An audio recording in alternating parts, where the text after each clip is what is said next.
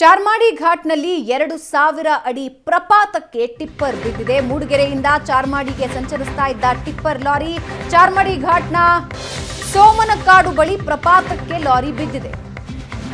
Lorry ಸಂಪೂರ್ಣ ಜಖಂ ಆಗಿದೆ.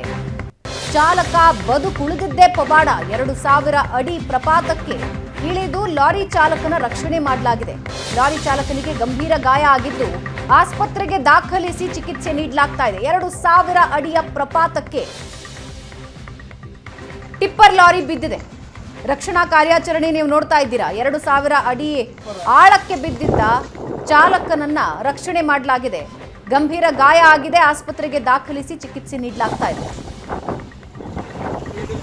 ರಕ್ಷಣಾ ಕಾರ್ಯ ನೀವು ನೋಡ್ತಾ ಇದ್ದೀರಾ. ಚಾಲಕ ಬದುಕುಳಿದಿರೋದೇ ಆಶ್ಚರ್ಯ. ಗಂಭೀರ ಗಾಯ ಆಗಿದೆ. ಆಸ್ಪತ್ರೆಗೆ ದಾಖಲಿಸಿ ಚಿಕಿತ್ಸೆ ನೀಡಲಾಗ್ತಾ ಇದೆ.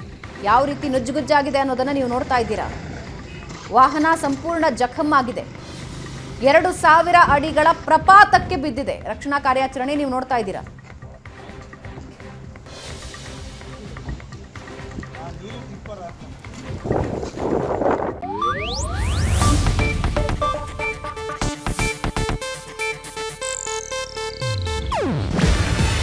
ಇದು ಏಷ್ಯಾನೆಟ್ ನ್ಯೂಸ್ ನೆಟ್ವರ್ಕ್ ಪ್ರಸ್ತುತಿ. ನೀವು ನೋಡ್ತಿದ್ದೀರಾ ಏಷ್ಯಾನೆಟ್ ಸುವರ್ಣ ನ್ಯೂಸ್.